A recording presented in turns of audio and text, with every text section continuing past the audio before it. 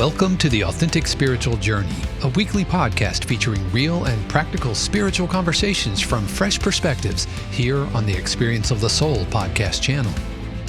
Today, episode 279, God Loves Me. And now your host, Reverend Cynthia Alice Anderson. Hello and welcome to The Authentic Spiritual Journey. My name is Cynthia Alice Anderson and I'm the host. I'm here today in 818 Studios with my producer. Good morning, everybody. This is Dave Croft. Thank you so much for joining us for a brand new episode of The Authentic Spiritual Journey. As always, hope you've had a wonderful weekend and we welcome you to a brand new week as we are around the corner on October. And I'm telling myself, Florida man here, I will not turn on my heat. I'm sitting here in a jacket, right? As we're recording this, it's our first kind of like 60-degree morning, right? Yeah. And it even got into the 50s in some of the area. But I'm not going to turn on my heat. I'm like, nope, I'm just not going to do it because I know it's going to be in the 80s later today. But, it'll be in the 80s later today. But exactly. It is so good to be with you today. Well, our good friend Sean Kilgore has already done a first fire. They did it outside at their property. Oh my God. But yeah, it's funny. I'm getting I need to get a new fire pit this year too. I used mine so much and I left it out. I don't know what I was thinking. There's one part of it anyway. So it'll be new fire pit for me this year and it probably a new location in my yard. So, I love to speak of my native heritage, and the Cherokee people are people of the fire. That's what the Cherokee were known for, the Very people cool. of the fire. Very Yes, cool. yes. So I've always loved fire, not exactly a pyro or anything, but growing up, my grandmother had grown up. Her dad was full-blood Cherokee, so she grew up cooking over fire. And as a youngster, I saw her cooking. Everything was cooked at really high heat because that was how she learned to cook. Not really on a stove, but on an open fire. So believe it or not. So, I love to cook outside and cook over wood. And Dave, I know you love to grill. There's something kind of grounding and very primal about it. It was, I think it always harkens back to a time where we had to kill the things we ate, and I don't know. There's something real special about fire. I've grilling. I think we've talked about it here on the show. I really got into it during the lockdown and the pandemic and everything. And now, because what else was there to do? Yeah, just to learn how to barbecue and grill and all of that. But I've really been enjoying it, and I've got all the tools and everything. I don't have quite the grill pit that you have at your place. Yeah, mine's kind of special. Yeah. But it's just a Weber kettle. And a couple of weeks ago, was it last week? We did burgers last week, and the week before then we did pulled chicken, like roast. We smoked whole chickens on the grill. And and then you pull it, and then you use it for nachos. You can make barbecue chicken nachos. Oh, yes. And you could use the carcass to make soup after. And we did, Shannon did that. We made stock, and then there's we had... nothing better than that, man. Homemade stock from something roasted. Wow. Smoked barbecue chicken chowder. Our listener, maybe we're the vegans are cringing now, but the meat lovers are ready to go eat right now. Oh, that's so funny. That's so funny. Well, I've always been a lover of food. I don't know. There's a comedian, his name's Sebastian. I can't remember his last name, but he's Italian. Mm-hmm. And he always talks about growing up Italian, every 2 feet you'd bump into food. And that's kind of how our house was. There were always so many people, and there were so many people in the kitchen and so many generations. People were just kind of cranking out food all day long. Somebody would make a cake, and then somebody would make cookies, and then somebody would make lasagna, and then somebody would make, homemade bread. And I mean, it was just, and then, the guy who, and then a guy who would do trades with my dad would bring in a big thing of venison. It was just how it was. So for us, I think our love language in my family was food. No, that's definitely in our family. Yeah, that's for sure. It's funny. We have the waistlines to prove it. Yeah, exactly. Well, today is a great day, friends. I'm so happy to be with you. And boy, I'm in a brand new place spiritually. And I can't tell you, I feel so happy. I feel at peace. I feel just this sense of wholeness. And I hope you're hearing it, you're feeling it yourself. And I just want to share, a recent story, but I also want to do, before we do that, I want to do a shout out to all of our listeners. As always, we're blessed for those of you listening around the world and those right here in Orlando, where we're recording, or greater Orlando. I'm in my home in Orlando, and Dave's just a few miles away, but greater Orlando suburbs. And, we honor you and we thank you that for listening, yes, and that you allow us to support your journey. It's something I don't take lightly, and why I, prepare so much. Somebody was recently asking me how much time the podcast took. And I said, I don't know how to answer that, because it only takes about an hour to record, but it takes 39 hours to prepare. Mm-hmm. And they were like, well, what do you mean? I said, well, it's like everything I do, my speaking, my preparation, my prayer work, it all kind of distills into what the show is. And without all that other work, the show would not be what it is. So you could look on the outside and say, oh, wow, you just record, an hour a week or whatever. But it's like the time, and this is not a complaint, but the time that goes into it is like gets collapsed into 1 hour. Yeah. It's like a week's worth of learning that I'm trying to distill so that I and you all can begin to practice it. So it's a real discipline of doing that on a daily basis. Yeah. So I'd say it's more than 39 hours. It is. I think it's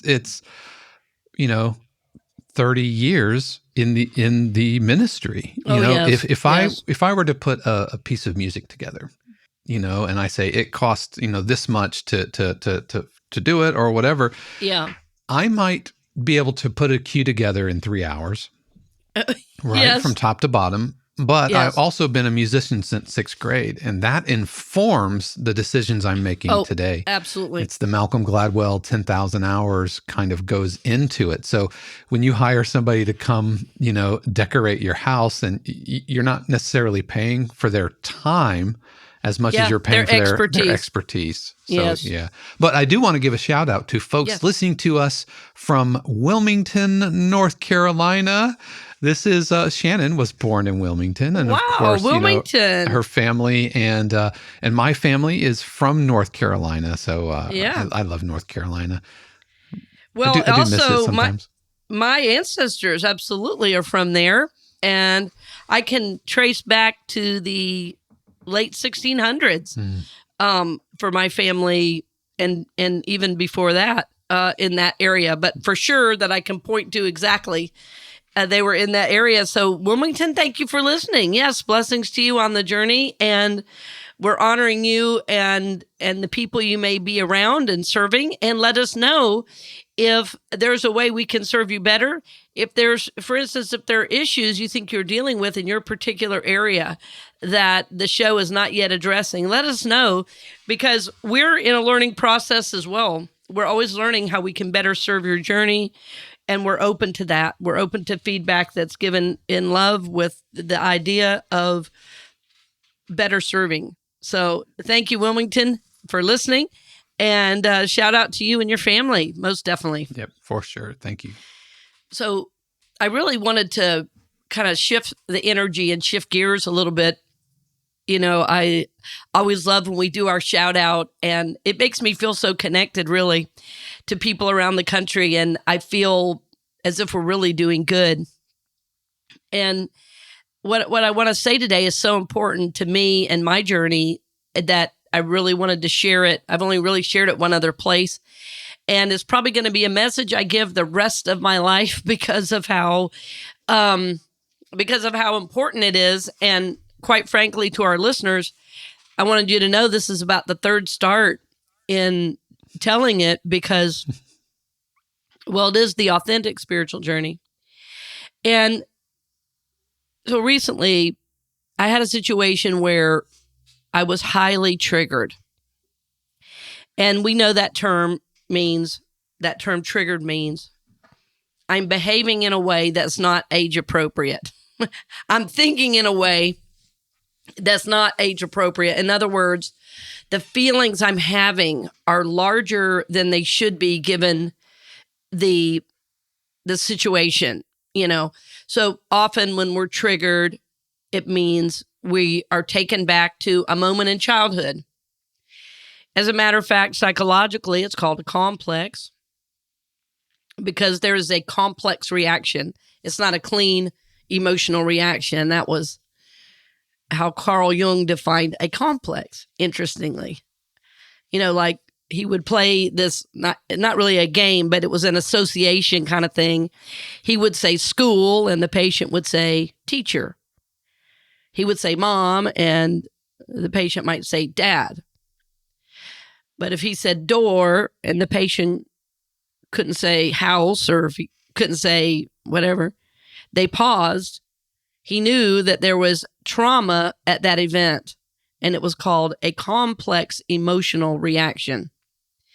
So what happens to us when, we throw that word around, triggered, it means that there's trauma associated with a similar experience. And we're kind of overlaying the past trauma onto what's happening now.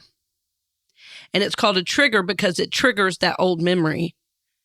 The thing I don't like about it in our culture right now is we throw that word around as if everybody's supposed to step around our trigger. Oh, I'm triggered, Well, bottom line is if you know you're triggered, do something about it, Well, sometimes that's easier said than done because the triggers are so deep, that they take a lot of years of work. And that's the one I'm talking about for me today. This is no small thing, I'm telling you. And, if we were sitting in my living room, I'd say, you need to sit down for this. As a matter of fact, get something to drink, maybe a coffee, whatever nurtures you, because you gotta hear this, front to back here. This is a big for me. And I'm not going to minimize this in any way because of how profoundly I feel changed from it. And like I might normally say, oh, well, it may not be the same for you. No, this is so big. If anybody gets this, it will be a total game changer for your life. And so I was in a situation recently where I felt isolated, alone, rejected,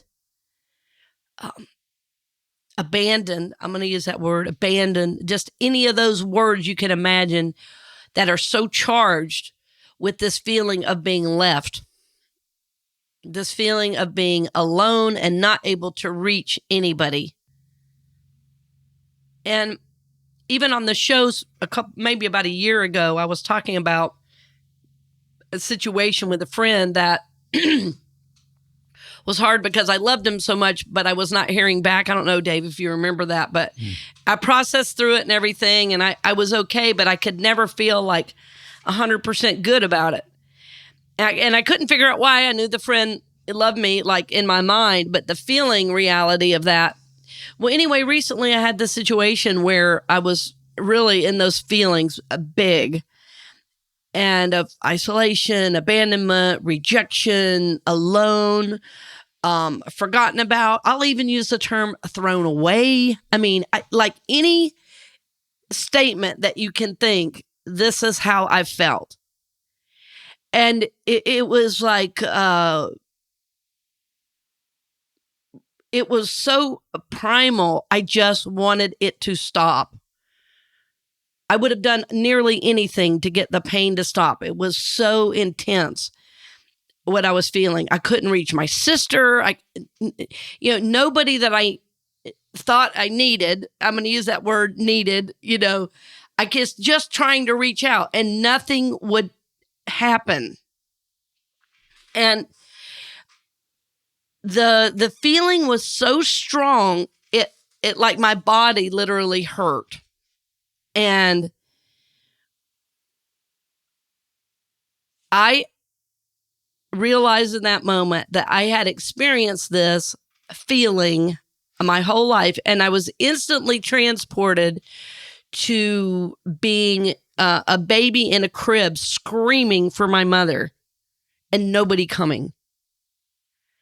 Which I have found out that, in fact, that was a dynamic. My sister told me that she would have to come get me and take me to my mother to get picked up as a baby. But before that, I've also learned, that my birth story was that I was premature. And so right after being born, I was stuck in an incubator for 3 days. And in those days, I say those days, it's over 50 years ago, we didn't have the scientific research to know that babies needed to be held. So I was not held 3 days after being born, for 3 days. Now, I later learned, interestingly, that my mom was right there, but because I didn't feel it, she felt awful not being able to touch me, but I didn't know that, right? So all I knew, the feeling experience after my birth, was being completely abandoned. And then with all the kids and everything else, this feeling in the crib of screaming and nobody being there, it just carried through my life. It doesn't matter how much I ask, no one is going to be there.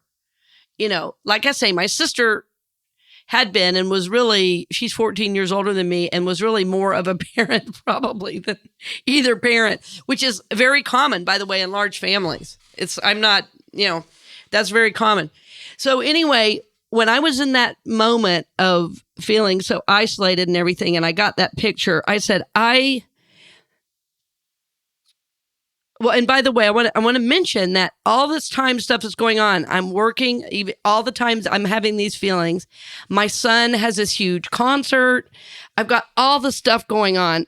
And all I could do, I had to absolutely be present to everybody in that. And I was like, how am I going to, I felt like I could barely walk. I can't tell you the intensity of these feelings. And so what I did is I just sat. I sat in silence. I sat at my son's concert. I sat and I just experienced, I just held the pain and later dealt with it. When I could finally deal with it, I said to God, finally, what is this? And why can I not, what is this? Why is no one here for me? It was like my whole life is for other people. Why is no one here? And I waited and waited, and I finally got the answer. It was, it was as if God said, and I literally heard in my soul, because God said, I'm the only one that can fill that hole. No other person can. And I had this huge shift in awareness. And all of a sudden I had this feeling in my belly of this golden light of God kind of filling my belly. And for those of you who study the chakras, you know that third chakra, the belly, this is the place of personal power. And as I sat there, it just filled up. And it was like my cells were lit up. Like I could feel this God connection in a way I've never, ever felt it before, which is saying something. I mean, the spiritual experiences I've had in my life have been so profound. And then the affirmation that came through, it was like it was pulsating in my cells, was simple. God loves me. Over and over and over, it was like I was breathing that in and out of my pores. God loves me. God loves me. God loves me. And it just resonated in such a way that I thought to myself, I'm never going to feel alone again. And it was like, I could not try to feel that disconnect. It was like it got mended up in that, in that moment. And, it's been many days and it has not left me. It's a categorical shift that I've probably worked on for 50 years because I have done rebirthing. It's a tool that you can use to help heal your birth experience. I have done, therapy for 30 years. I have, done release work. And the interesting thing is I'm quite sure I could have never gotten to this level of awareness to be able to stop and be with the pain. It was so big. I thought I was going to die. I mean, I wanted to share this because I think sometimes people think that, I just talk about spiritual things and my life is great and bopping along. And there are a lot of great things for sure. And in many ways, I'm super happy. That said, this was something I absolutely needed to heal and has dogged me my entire life. And it's even changed the way I speak. It's been fascinating to go speak. And I was just at another ministry recently, and something has been healed on a fundamental level. And without a shadow of a doubt, no matter what happens, no matter who comes and goes, no matter what is next, I know, absolutely know on a cellular level, God loves me. And that is a game changer. That's a game changer. Like, I no longer have to prove anything. I can just relax. I can be at peace. I can really experience wholeness in a way I never have before. Yeah, this feeling of wholeness, it's like, I feel like after that moment of just being filled up with that presence and me feeling it in my entire body, it's like the angels were like stitching together something like really old that had been torn. It's like this for me, it was like a miraculous healing. Like your arm was broken one day and the next day it's fine. All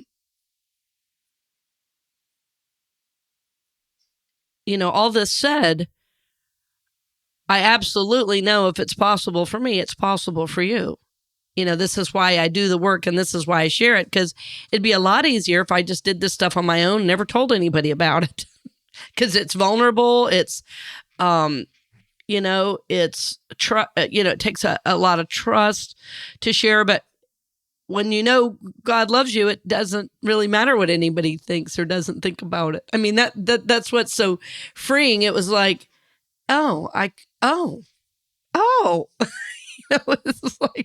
it's like every day. So interestingly, since that happened, like I say, it's been a bit now, but since it happened, I feel like every day I'm like living out the statement or living into the statement, God loves me. It's like, what other thing is unplugging? I feel like, I don't know, how behind your computer, there's this like big ball of wires. A lot of times people have that. Yeah. And what I feel like every day is that another wire just goes away. It's like or like if you make spaghetti and there's a whole big thing of noodles all, jumbled up together. It's like every day I lose another noodle and I feel freed up and less encumbered in some area of my life. And I think if it happened all at once, I'd probably implode, I'd blow a gasket, but it feels as if I'm walking into some new energy and awareness. I don't know what's next. I'm not worried. The confidence I have in this connection is unbelievable. It wasn't until this morning, right before coming on, that I remembered years ago. I mean, this is what's so interesting, how spirit works. I heard Maya Angelou say, the one thing that changed her whole journey was knowing God loves me. Because when I heard her say it, I was like, well, of course God loves you. But there's one thing to think it, and there's a completely different thing to know it. And she knew it. And now I know it. I feel it. Like my feeling in my body is different. I feel like I lost 5 pounds as well. I mean, just, it was like, wow. So it's one thing to know it in my mind. I would say to anybody, God loves you. I remember when I was 15 years old in Brazil, I was doing mission work and I was passing out these things that said Deus te amo, which in Portuguese means God loves you. I mean, it's a message I've said my entire life, but I just now know it. It's just incredible. It's incredible. So I just, like, my heartfelt hope is that you will be able to sit with the pain, and if you can't, that you reach out for help. I mean, this is what I do with people. I'm here to help them. This is what spiritual counseling and coaching is just providing a sacred container for you to do this depth of work. And, you know, sometimes we do need help along the way. And, you know, from a realistic standpoint, or I'll say this, from a third dimensional standpoint, what's interesting about the whole process is I could have made up stories about how all these people were wrong, how they should have been there for me. And if I would have called friends, they would have said, you're right. Your sister should have been there. Your friends should have been there, blah, blah, blah, blah, blah. On the third dimensional level, that would have been true. But on the spiritual level, it was a divine setup for my healing. And so that's what's so interesting about all of it, is that when you say you want to be awakened, when you say you want to heal, and when I say I want to heal and I want to be awakened, I want to be like the Christ and I want to live a spiritual life, these things that happen are not against us, even though in the moment it certainly felt against me. And again, it has for 50 years. I have given of myself to others my entire life. I gave to my family, you know, when my dad was in addiction and my nephew had cancer and my grandmother had Alzheimer's. That was the only option, was to give. Although my other siblings did not, you know, so I gave for what? For approval, for love, for whatever. You know, we do what we need to do to survive, right? So third dimensionally, I could have said, oh, these people are wrong, and gathered some people up and said, hey, can you believe what such and such did? And they would have said, yeah, that's dumb. As much as you help them, blah, blah, blah. And we would have said, yeah, and then we would have been right. And then the next day I would have felt exactly the same, and that would have not helped at all. But that's what we do, right? Instead of sitting with it and seeing what is trying to heal. If something feels that bad, something is trying to come into wholeness. And it takes a great deal of fortitude and spiritual strength to do it. And psychological strength. And sometimes you need help along the way. I worked with my mentor a couple times over the last several months. And interestingly, as incredible as she is, I had to do this one on my own this time. She helped me with those steps, and then the last step was all mine. It was like she helped me along the way. She gave me a couple of clues, but nobody has gotten to this in me. I had to do it. That said, remember, I had done release work. I had done forgiveness work. I have done my psychological work, you know, and I think that's why this healing could come forward for me, because I had worked all around the edges of the other pieces, and this was just like this final piece. Now, that said, do I feel like I'll never have a feeling of loss again? Well, I think loss is normal, but I won't feel what I felt. Right. I don't think I will ever feel what I felt ever again, because it was something was fundamentally broken and now is not broken. There's that, it's in Japanese pottery. I'm forgetting the name of it right now. It's where, if the pottery gets broken, rather than fixing it with ceramic or porcelain, it's filled in with gold. Yeah, it's called kintsugi. Yeah, kintsugi, yes. Yep. And that's what I feel like happened. I got filled up with the gold, but it was God. It was God. It was like that broken piece is just, it's no longer broken. As a matter of fact, it's stronger than before. It's stronger than it's ever been in this lifetime, no doubt. Nobody, though, could have given me that. That's only God. Only God. So when you hear me talk about, and I have talked about for years, if you're a regular listener to the show, you've heard me say,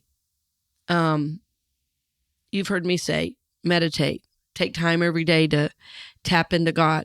This is what I've been doing for years. This is what helped prepare me for this healing.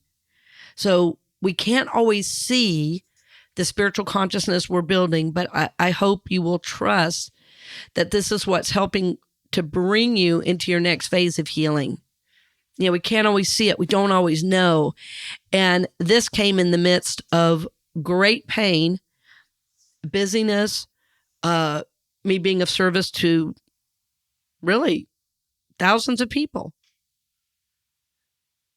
and still having to be present as a mom. I couldn't just go off in the woods for 3 days. I had to be a mom. I had to be a minister. I had to be a friend. I had to be a sister in the midst of all this, right? So I was able finally to sit, but even that was broken up between attending to the things I had to attend to in life. This is life. Yeah, this is life. So I hope, friends, that you will just trust the process you're in, and that you will make time to nurture that God connection, because everything that we want and need comes from God. Everything. And it's this that I've experienced has been my greatest healing. And really, my heartfelt hope for you is that you'll know without a shadow of a doubt that God loves you, and that you can live into this truth on this journey we call life, right? So I thank you for listening. I guess, what's the word? I'm honored that you joined us. I'm honored. And Dave and I always love to connect as well in the studio. We have a long-standing connection, and we're honored to bring you this together. And Dave's, so much a part of the leadership with his great production work and his integrity. So we lift Dave up today too. And friends, thank you for your support. As you support, that pays our studio fees. It makes sure the show stays on the air, and we are in a special campaign. So we love you. We bless you no matter what you give or when. And we're honored to serve your journey. And for those of you who do give and can't give, thank you so much, because it enables us to bless those that are definitely in need of a blessing. So thank you for joining us today, dear friend, and blessings on the journey. We hope you've enjoyed this episode of The Authentic Spiritual Journey here on the Experience of the Soul podcast channel. This channel is made possible because of listeners just like you. If you would like to support the channel with your tax-deductible contribution on an ongoing basis or through a one-time gift, head over to experienceofthesoul.com/support. The Authentic Spiritual Journey is copyright 2023, Cynthia Alice Anderson, all rights reserved. Our theme music is composed by Dave Croft and used with permission from RR Hot Publishing. The Experience of the Soul podcast channel is a production of 818 Studios.